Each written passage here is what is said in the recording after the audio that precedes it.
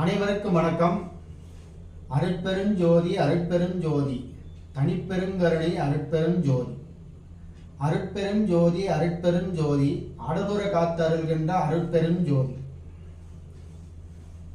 இன்றைக்கு நாம பார்க்கக்கூடிய தலைப்பு என்னன்னா, ஒருவருடைய ஜாதகத்துல ராகுவினுடைய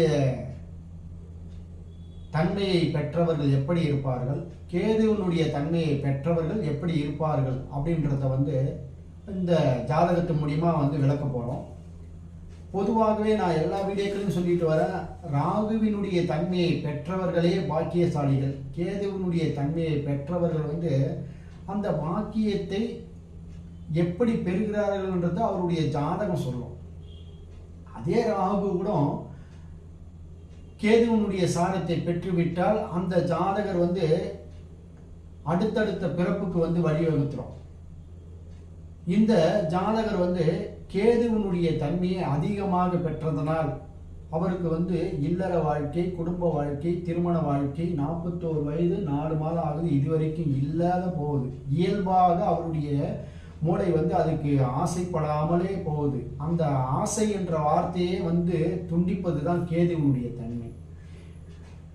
அதைத்தான் இந்த ஜாதகத்துல நம்ம பார்க்க போறோம். அவர் பிறந்தது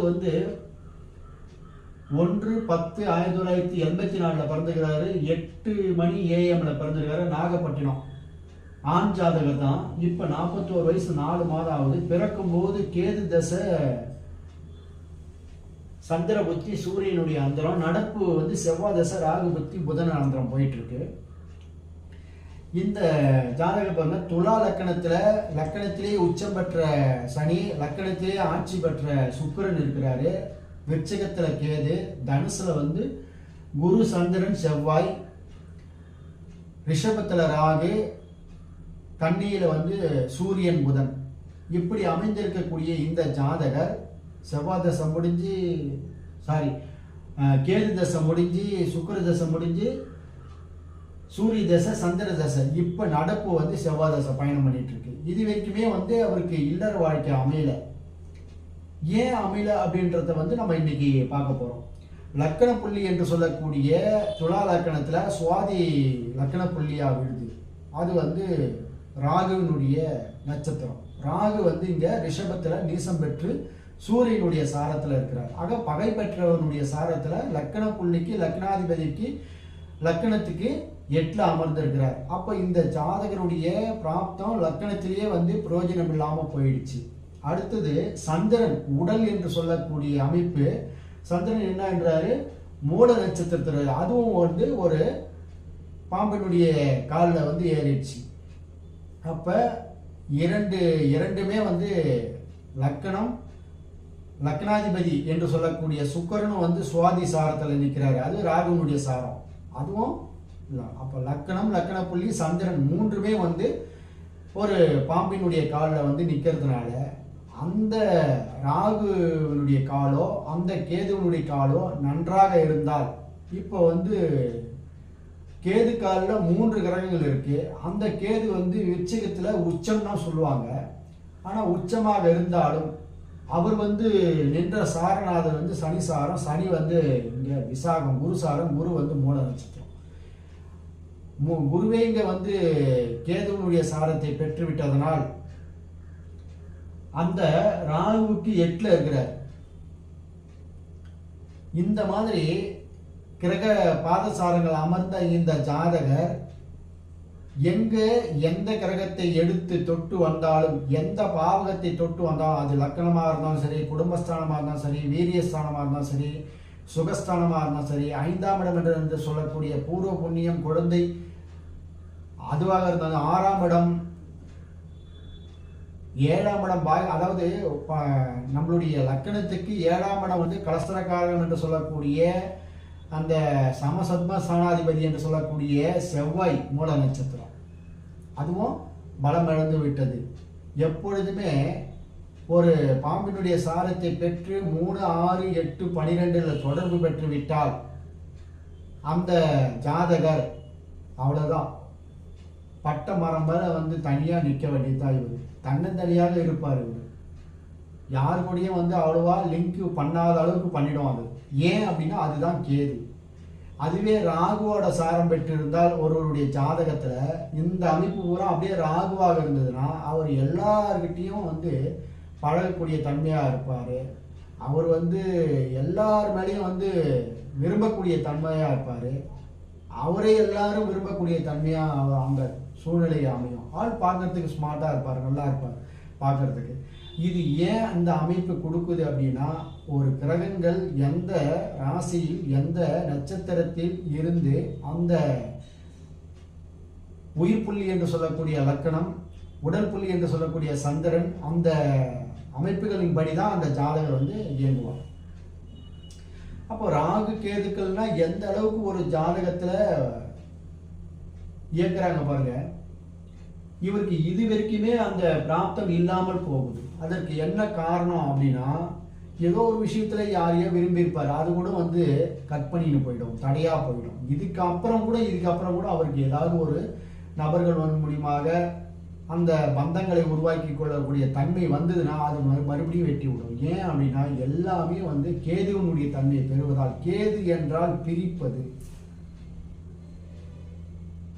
அதுவே ராகு ஒரு உடம்புல ஒரு செல் இறந்துடுச்சுன்னு வச்சிங்கன்னா அதுதான் ராகு. அந்த செல்லை பன்மடங்கா மாற்றிடுவார் ராகு. அதனால தான் வந்து கேன்சர்லாம் வந்ததுன்னா வச்சிங்களேன், கேன்சர்ன்றது என்ன, இறந்த செல்கள் தானே. ராகுவினுடைய தன்மை தான் வந்து கேன்சராக அதிகமாக சொல்லுவாங்க ஜோதிடத்தில். அது ஏன் அப்படி பண்ணுறாருன்னா இறந்த செல்லை அதிகமாக்கி விட்டுருவார்.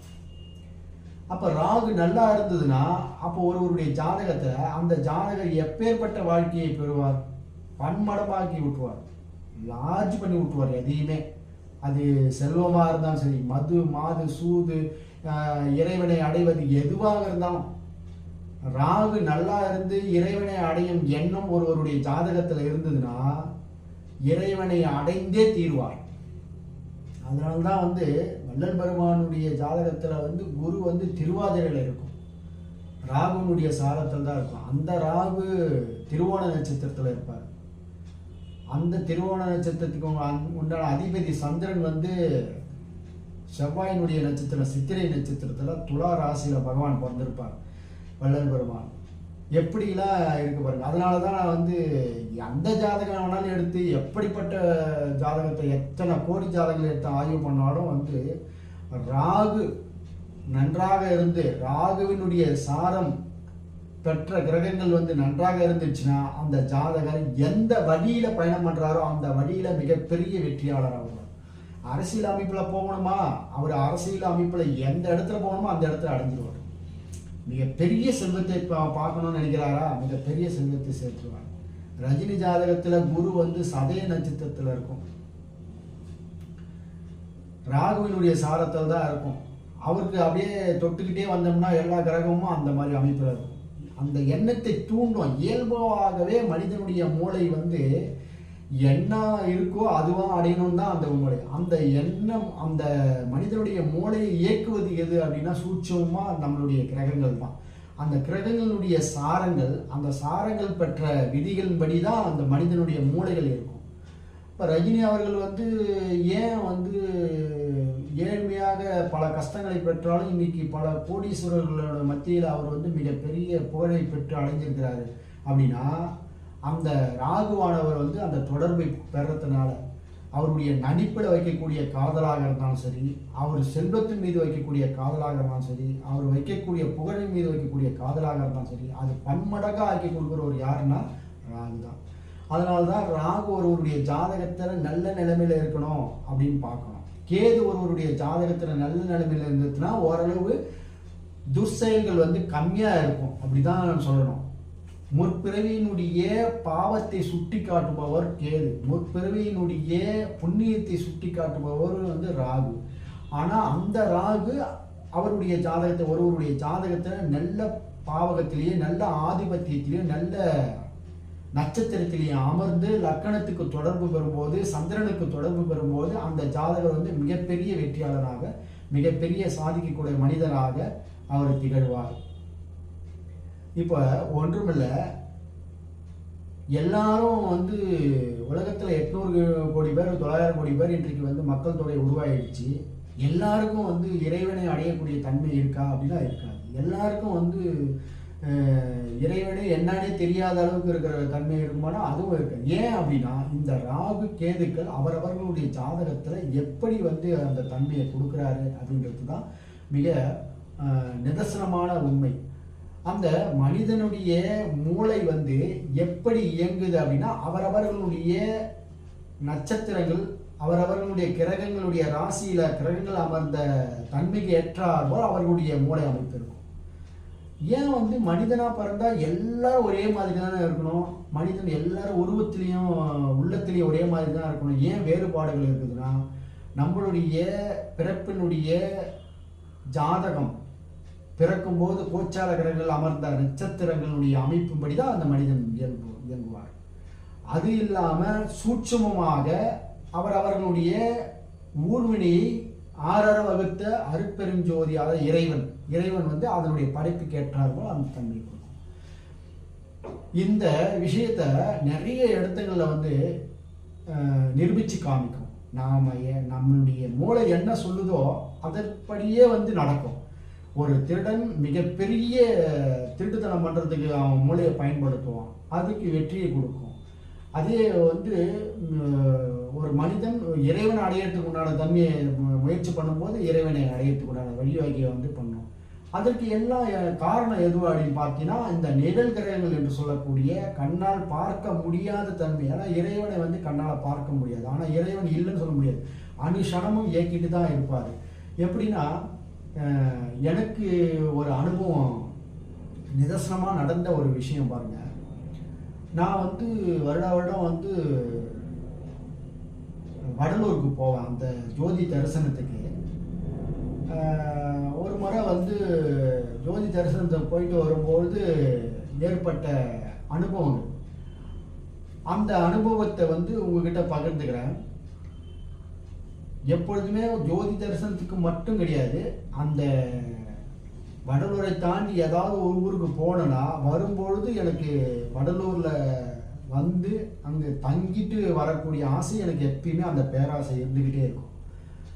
ஒரு முறை என்ன பண்ண, நண்பர் வீட்டுக்கு சிதம்பரம் போயிட்டு அவர் வீட்டில் பார்த்துட்டு மறுபடியும் வரும்பொழுது வடலூரை தங்கிட்டு வீட்டுக்கு வரலான்ற ஒரு உத்தேசத்தில் இருந்தேன். வடலூரில் அன்றைய இரவு போயிட்டு தர்மசாலையில் வந்து சாப்பிட்டுட்டு உணவு இருந்துட்டு அங்கே படுத்து விடிகாலமாக எழுந்து ஊருக்கு சென்னைக்கு கிளம்பி வரலான்னு முடிவு பண்ணேன். இங்கேருந்து கிளம்பி போகும்போதே இந்த பிளானில் தான் நான் போனேன். போகும்போதே என்னுடைய மனைவி சொன்னாங்க, உங்களுடைய பொருட்களை எல்லாம் பத்திரமா வச்சுக்கோங்க அப்படின்னு சொன்னாங்க. ஏன்னா நான் நிறைய பொருள்களை வந்து தொலைச்சிருக்கேன். என்னுடைய மொபைலே இது வரைக்கும் நிறைய மொபைல்களை தொலைச்சிருக்கேன், நிறைய பணம் வந்து தொலைச்சிருக்கேன். அந்த மாதிரி அதை வந்து ரொம்ப பத்திரமா வச்சுக்கக்கூடிய நபர் நான் கிடையாது. அப்படி சொல்லி அனுப்புகிறாங்க. எனக்கு அதிலே கொஞ்சம் சிந்தனை இருக்குது. அப்படி இருந்தாலும் வடலூர் போய் இறங்கின உடனே இறைவனுடைய சிந்தனையிலேயே இருக்கிறதுனால இங்கே நடந்திருப்பாரா, இந்த இடத்த நடந்திருப்பாரான்னு சொல்லிட்டு நான் நடந்து அந்த வடலூரில் போய் உட்காந்து சிந்தனை பண்ணிட்டு இருக்கேன். அது இல்லாமல் அந்த இடத்த தர்மசாலையில் உணவு அருந்தத்துக்கு முன்னாடி ஒரு பெரிய அம்மையார் ஒருத்தவங்க என்கிட்ட பேசுகிறாங்க. உங்களை ரொம்ப நாளாக பார்க்கலையே, நீங்கள் இங்கே அமைஞ்சிருக்கீங்களே, நீங்கள் யாருங்க, என்ன ஊருங்க அப்படின்னு கேட்குறாங்க. என்னுடைய விலாசத்தெல்லாம் சொல்லி முடிக்கிறேன்.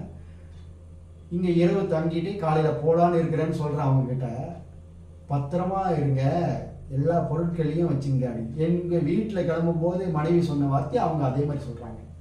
இது என்ன இது 2 இடத்த 3 இடத்த இந்த மாதிரி சொல்கிறாங்களே அப்படின்னு சொல்லிட்டு என்ன பண்ணேன், சரி எதுவாக இருந்தாலும் பார்த்துக்கலாம் அப்படின்னு சொல்லிட்டு நைட்டு 8 மணிக்கு தர்மசாலையில் உணவு அருந்திட்டு அந்த ஜோதி காட்டுவாங்கல்ல அதுக்கு முன்னாடி எதிர வந்து இதோ போட்டு பெட்ஷீட்டை போட்டு படுக்கிறேன். எல்லா பொருளையும் பையில போட்டு பத்திரமா மூடிட்டு அதில் போட்டு படுக்கிற பழக்கம் படுத்துட்டேன். எனக்கு சீக்கிரத்துலேயும் தூக்கம் வராது. சரி, புது இடம், திடீர்னு எப்படி தூக்கம் வரும்னு சொல்லிட்டு அவர் இறைவனை சிந்தனையிலேயே இருந்தேன். அப்படியே என்ன பண்ணேன், ஆழ்ந்து உறங்கிட்டேன். உள்ளுக்குள்ள வச்சிருந்த அந்த மொபைலை வெளியே எடுத்து கடைசியா அப்படி எடுத்து அப்படி வந்துடும் அப்படின்ற பட்சத்துல மொபைல் வெளியே வந்திருக்கு. அந்த நேரத்துல கரெக்டா அங்க காவல்துறை வந்து செக் பண்றாங்க. அங்க எல்லாம் படுத்துட்டு இருக்காங்கல்ல, யார் யாரெல்லாம் என்னென்ன பண்றாங்க அப்படின்னு செக் பண்றாங்க. அந்த காவல்துறை ஆளுங்க வரும்பொழுது அந்த ஒலி கேட்கும்ல, சவுண்டு, அவங்க பேசுகிற அந்த வாக்கி டாக்கி, அது என்னுடைய வாழ்க்கையில் வந்து அது வந்து ரொம்ப ஆழமாக பதிவானது. ஏன்னா நான் வேலை செஞ்சதெல்லாம் வந்து வாக்கி டாக்கியில் நிறைய வேலை செஞ்சுருக்கேன், கன்வேயர் போர்ட்டில். அப்போ என்ன ஆயிடுச்சு, அந்த சவுண்டு என்னுடைய ஆழ்மன மூளையில் வந்து இது பண்ணதுனால டக்குன்னு விழிச்சுக்கிட்டேன். விழிச்சு எழுந்து பார்த்தா மொபைல் வெளியே வந்து அது ஒரு ஒரு ஒரு 20 செகண்டு தாமதமாக வந்திருந்தா கூட அந்த மொபைல் இல்லை. மொபைலும் இருந்திருக்காது, அந்த பர்ஸும் இருந்திருக்காது. அப்போ எழுந்து இறைவனை நினைத்து, அவங்க எப்பயாவது ஒரு முறை தான் வந்து செக்கிங் வருவாங்களாம், அந்த போலீஸ்காரங்க அங்கே படுத்துட்டு இருக்கவங்களை செக் பண்ணுறதுக்கு. அன்றைக்கு வந்திருக்கிறாங்க பார்த்துங்க. அதுக்கப்புறம் நான் வந்து உறங்கலை. அதை எடுத்து அப்புறம் மறுபடியும் உள்ளே வச்சுக்கிட்டு, உள்ள அந்த சிந்தனை எப்படி இருக்குன்னா, என்னுடைய சிந்தனையில் இறைவன் இருக்கின்றார், இறைவன் பார்த்து கொள்வார்னு அவ்வளோ ஆழமான நம்பிக்கை. எவ்வளோ பொருள் தொலைச்சிருக்கோம், எத்தனையோ மொபைல் தொலைஞ்சிருக்கு, எவ்வளோ இது நம்மளுடைய வாழ்க்கையில் தொலைச்சிருக்கோம். அதை அந்த சிந்தனையை அங்கே வைக்கல. அப்போ வந்து அந்த கன நேரத்தில் எப்படி வந்து அவர் வந்து இறைவன் வந்து நமக்கு வந்து காட்சி கொடுக்குறாருன்னா, அந்த மூளையில் வந்து நமக்கு அந்த பதிவாகக்கூடிய தன்மை அது இயற்கையாகவே வந்து இருக்கும். அதனால தான் நம்மளுடைய கதை புராணத்திலையும் சரி, தத்துவ புராணத்திலையும் சரி, இந்த தூணில் இருக்கிறாரா இறைவன், இந்த தூணில் இருக்கிறாரா இறைவன், ஓங்கி ஓங்கி அறையும் போது ஒரு தூணில் எழுந்து வராரா இறைவன். அந்த மாதிரி நாம் வந்து நம்பிக்கை வைத்து அந்த செயல்களை ஆற்றும் பொழுது அது இயற்கையாகவே அது மாறிடும் அப்படின்றது தான். அதனால தான் வந்து இறைவன் வந்து சாட்சாத் உங்களுக்கு நேரடியாக காட்சி கொடுக்கணும் அப்படின்னா, உங்களுடைய வாழ்க்கையில் முகம் தெரியாத நபர்களுக்கு, முகம் தெரியாத யாருன்னே எனக்கு தெரியலைங்க அவருக்கு அப்படின்னா, அந்த மாதிரி நபர்களுக்கு நீங்கள் உதவி பாருங்களேன். இறைவன் அந்த இடத்த அப்படியே ஒரு க்ஷண நேரம் கூட அவரால் நிற்கவே முடியாது. ஏன்னா அப்படி தான் வந்து ஆறார வகுத்து வச்சிருக்கிறார். அது வந்து உணவாக இருக்கலாம், அவர்களுக்கு உடையாக இருக்கலாம், நோய்க்கு மருந்தாக இருக்கலாம், இல்லை அவர் மனதுக்கு மருந்தாக இருக்கலாம், இல்லை ஒரு அட்வைஸாக இருக்கலாம், எதுவாக இருக்கலாம். முகம் தெரியாத ஒரு மனிதருக்கு செய்யப்படும் உதவியானது இறைவனாலே கண்ட்ரோலே பண்ண முடியாது. அதனால தான் வந்து வள்ளல் பெருமானே வந்து நிறைய இடத்த சொல்லிடுறார். முத்திரல் வடிவமும் உண்மையாங்கி எய்துறும் அத்திரல் எனக்கு அருள் அருட்பெருஞ்சோதி.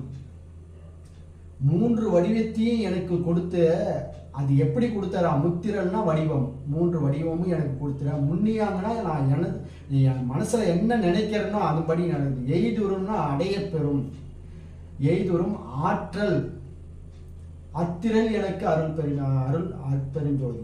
அருளுகின்ற அருளிய அவருக்கு இறைவனுக்கு வந்து அவர் தானே அனைத்துமே கொடுத்துறாரு. சுத்த தேகமும் பிரணவ தேகமும் ஞான தேகமும் கொடுத்தார்.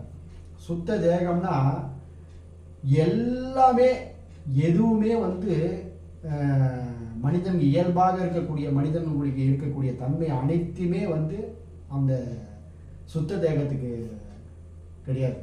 முடி நரைக்காது, மலஜலம் போகாது, நோய் வராது. சுத்த தேகம்னா அதுதான். அதுதான் அவர் இறைவன் சொல்லுவார், நீங்கள் வந்து நான் சொல்கின்றபடி வந்து நீங்கள் நடந்தால் மழை பெய்யும் போது நீங்கள் நடக்கிற இடத்த மழை உங்களால் பெய்யாது, வெயில் அடிக்கும் போது உங்களுக்கு சுடாது அப்படின்னு சொல்லுவார். அப்போ வெயிலில் போய் அப்போ அருட்பெருஞ்சோதி ஆண்டவர் வணங்குறவங்க அனைவருக்கும் வந்து வெயிலே படாதா, மழையே அவர் நனையாதா அப்படின்னு இந்த விதண்டாவிதமான கேள்விலாம் கேட்கக்கூடாது. சுத்த தேகமாக உங்கள் உடல் இருக்கும் பட்சத்தில் கண்டிப்பாக அது நடக்கும் அப்படின்வார். பிரணவ தேகமாக, சுத்த தேகம்னா ஒளி உடம்பு, பிரணவ தேகம்னா சவுண்டு, அந்த ஓம் என்ற ஓங்காரத்தினுடைய அதிர்வு அலைகள், அதான் ஒளி. ஞான தேகம்னா அருள், நீக்கமர நிறைந்திருக்கக்கூடிய இந்த புவியில வந்து இருக்கக்கூடிய தன்மையை உருவாது. அதான் சுத்த தேகம், பிரணவ தேகம், ஞான தேகம். இந்த 3 தேகத்திய முத்திரல் வடிவமும் முன்னியாங்கு எய்துறும் அத்திரல் எனக்கு அருள் செய்த அருட்பெருஞ்சோதி அப்படின்னு சொல்லுவார். அப்ப அந்த மாதிரி தன்மையெல்லாம் வந்து எந்த கிரகம் கொடுக்கும் அப்படின்னா, எத்தனை கோடி பேர் ஜாதகம் எடுத்து பார்த்தாலும் உங்கள் ஜாதகத்தில் ராகுவினுடைய தன்மை எப்படி இருக்கு அப்படின்னு பாருங்க. உங்கள் ஜாதகத்தில் ராகு நின்ற சாரநாதனுடைய தன்மை எப்படி இருக்குன்னு பாருங்க. ராகு நின்ற ராசிநாதனுடைய தன்மை எப்படி இருக்குன்னு பாருங்க. அது உங்களுடைய உடல் புள்ளிக்கு, உங்களுடைய உயிர் புள்ளிக்கு, உங்களுடைய சந்திரன் லக்கண புள்ளிக்கு எப்படி இருக்குன்னு பாருங்க. அந்த தொடர்பு இருக்கும் பட்சத்துல இறைவனை அடையத்திலேயே வந்து அவங்க காதலா இருப்பாங்க. அவங்க கிட்ட போயிட்டு நீங்க எதை சொன்னாலும் சரிதான், அவங்க வந்து எப்படி இருக்கணும் அப்படின்றதெல்லாம் வந்து காரணமே கிடையாது. இறைவன் வந்து அனுதினமும் வந்து கோயிலே இருக்கிறவங்களுக்கு தான் இறைவன் காட்சி கொடுப்பாருன்னா அப்படி கிடையாது. அனைத்து விதமான விஷயமும் செஞ்சுக்கிட்டே இருப்பாங்க இயல்பான வாழ்க்கையில. அடுத்தவங்க வந்து ஒரு துன்பப்படுறாங்க அப்படின்னா கன நேரம் பொறுக்காத அந்த தெய்வ குணத்தோடு செய்யக்கூடிய காரியங்கள் இருக்குல்ல, அந்த இடத்த இறைவன் அவங்களுக்கு காட்சி கொடுப்பாங்க. அதுக்கு முன்னாடி அவன் வந்து பல வேலைகளை செஞ்சுட்டு இருப்பான், பல செயல்களை செஞ்சுட்டு இருப்பான், துர்காரியங்கள் செஞ்சுட்டு இருப்பான். ஆனால் அந்த இரக்க குணத்தோடு செய்யக்கூடிய அந்த காரியங்களில் இறைவன் வீட்டு இருப்பார். அந்த மாதிரி செயலெல்லாம் வந்து யாருக்கு இருக்கும் அப்படின்னா, அது ராகுவினுடைய தன்மையை பெற்றவர்களுக்கு, ராகுவினுடைய சாரத்தை பெற்றவர்களுக்கு. ராகு நின்ற நட்சத்திரம், இப்போ ராகு ஒரு சாரத்தில் ஏதோ ஒரு சாரத்தில் 27 நட்சத்திரங்கள் ஏதோ ஒரு நட்சத்திரங்கள் இருக்கணும். அந்த நட்சத்திரங்கள் வந்து லக்னத்துக்கு தொடர்பு இருக்கும், அந்த நட்சத்திரங்கள் வந்து லக்னாதிபதி தொடர்பும், அந்த நட்சத்திரங்கள் வந்து ராசிநாதர்கள் தொடர்பு இருக்கும். அப்படி இருக்கும் பட்சத்தில் அந்த காதல் இருக்கும். இப்போ ராகுவினுடைய சாரத்தை பெற்றவர்களுக்கு அந்த காதல் இருக்கும் பட்சத்தில் அது எப்படிப்பட்ட பாவகத்தை, எப்படிப்பட்ட ஆதிபத்தியத்தை தொடர்பு பெறுதுன்றதை தான் நம்ம பார்க்கணும். அது காதலாக இருக்குன்னா, ஒரு பெண்ணு மேலே ஆசையாக இருந்ததுன்னா பல பெண்களோட தொடர்பு இருக்கும். அதனால தான் ராகுவினுடைய தன்மை பெற்றவர்களுக்கு வந்து பல பெண்களுடைய தொடர்பு இருக்கும்னு சொல்லுவாங்க. அதுவே வந்து பொருள் ஆசை மேலே இருந்ததுன்னா அவன் செல்வத்தை பெருக்குவான். அதுவே வந்து சூரியனுடைய தன்மையும் செவ்வாயினுடைய தன்மையுடைய தொடர்பு பெற்றிருந்ததுன்னா அரசாங்கத்தில் அரசியல்வாதியா ஆட்சி அதிகாரத்தில் இருக்கக்கூடிய தன்மையில் இருப்பாங்க அவங்க. ஆக மொத்தத்தில் ஒரு காதல், தீராத காதல், அது பொருளா, அருளா, செல்வமா, வீரமா, எதுவாக இருந்தாலும் சரி, அது வந்து ராகுவினுடைய தொடர்பு பெறும் பட்சத்தில், அது லக்னாதிபதி, லக்கண புள்ளி, உடல் புள்ளி என்று சொல்லக்கூடிய சந்திரனுடைய தொடர்பு பெறும் பட்சத்தில் அந்த ஜாதகர் அந்த தசாபுத்தியை அடுத்தடுத்து போகக்கூடிய தசாபுத்தி அவருக்கு வரும் பட்சத்தில் அந்த செயல்களை அவர் ஆண்டு அனுபவிச்சுக்கிட்டே இருப்பார். அதனுடைய அமைப்புப்படியே அவருடைய மூளைகள் வந்து இயல்பாகவே இயங்கும் அப்படின்றது தான். இப்போ இவருடைய மூளைகள் வந்து எல்லாமே வந்து கேதுவனுடைய தன்மையை பெறுவதால் தீராத அந்த ஆசையை வந்து வெட்டி விட்டுக்கிட்டே இருப்பார். திருமணத்துக்கு போகணும்னு நினச்சாருன்னா வெட்டி விட்டுருவார். தொழிலை நல்லா பெருக்கலாம், நல்லா டெவலப் பண்ணி பெரிய லெவலில் வரலாம் அப்படின்னு இவர் வந்து வெளிநாடு சம்பந்தமான விஷயங்களில் வந்து எக்ஸ்போர்ட் பண்ணிக்கிறாரு. ஆனால் அந்த விஷயத்தையும் நான் என்கிட்ட வரும்போது அந்த விஷயம் வந்து பெருசாக பண்ணுறதுக்கு வந்து கேட்க வந்தார். எந்த ஒரு விஷயமாக இருந்தாலும் இந்த ஜாதகர் மிகப்பெரிய லார்ஜியாக பண்ண முடியாது, தொடர்ச்சியாக பண்ண முடியாது அப்படின்றத நம்ம சொல்லி அனுப்பிச்சோம். இதுதான் நம்மக்கிட்ட வரும்போது அந்த ஜாதகருக்கு கொடுக்கக்கூடிய கவுன்சிலிங். இவர் வந்து அவர் கொடுத்த வெகுமானமோ ரொம்ப கம்மி, அவருக்கு நாம் கொடுத்த வெகுமதிகள் என்னமோ மிகப்பெரிய வெகுமதி. ஏன் அப்படின்னா இவர் வந்து பொருளாதாரம் மட்டும் கிடையாது, மனைவி வாழ்க்கை, மனை வாழ்க்கை, மக்கள் வாழ்க்கை, சமுதாய வாழ்க்கை எதுவுமே வந்து நீண்ட நெடிய பயணத்தை கொண்டு போக முடியாது. ஏன்னாக்கா அந்த பயணங்கள் வந்து கேதுவனுடைய தன்மை பெறுவதால் எந்த நேரத்தில் வேணாலும் கட் பண்ணி விட்டுருவார். ஒரு மனிதனுக்கு ஒரு கம்யூனிகேஷன் அடுத்தடுத்து பேசினா தான் அடுத்தடுத்து நிகழ்வுக்கு கட்டத்துக்கு போவார்.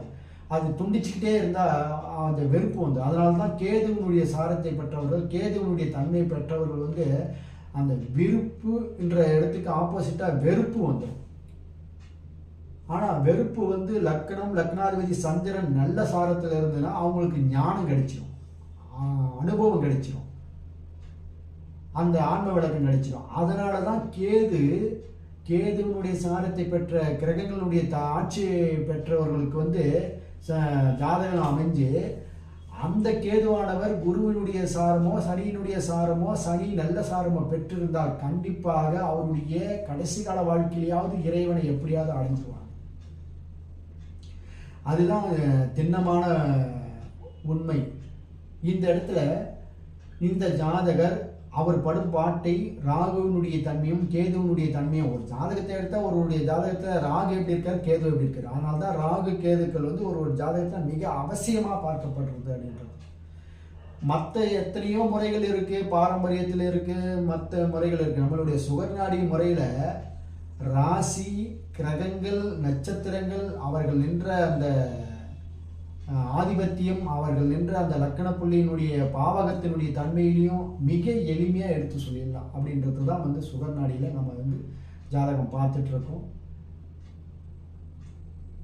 உங்களுக்கு இந்த ஜாதகம் பிடிச்சிருக்கும் பட்சத்தில் மற்றவர்களை லைக் பண்ணுங்கள், ஷேர் பண்ணுங்கள், அனுப்பிவிடுங்க. உங்களுக்கு ஜாதகம் பார்க்கணும் என்னுடைய வாட்ஸ்அப் நம்பருக்கு 9840742994 அப்படின்ற நம்பருக்கு வந்து வாட்ஸ்அப் பண்ணுங்கள். மிக எளிமையான கட்டணத்தில் உங்களுடைய கன்சல்டன்ட் உங்களுடைய வாழ்க்கையில் அடுத்த கட்ட நிகழ்வில் எப்படி போவீங்க அப்படின்றத மிக தெளிவாக எடுத்து சொல்லுவோம். உங்கள் ஜாதகம் ராகுவினுடைய சாரத்தை பெற்றிருக்கிறா, உங்களுடைய ஜாதகம் கேதுவினுடைய சாரத்தை பெற்றிருக்கா அப்படின்றத வந்து பார்த்து உங்களுடைய வாழ்க்கை பயணத்தை மிக எளிமையாக அமைத்துக் கொள்ளுங்கள். நமது நேயர்கள் ஆற்றில் ஓடும் நீரோடை போல பிரபஞ்சத்திற்கு நற்காரியம் செய்து நற்பலன்களை பெற்று இறைவனுடைய ஆசையை பெற்று வாழுங்கள். மீண்டும் ஒரு ஜாதக விளக்கத்தோடு சந்திக்கலாம். நன்றி, வணக்கம்.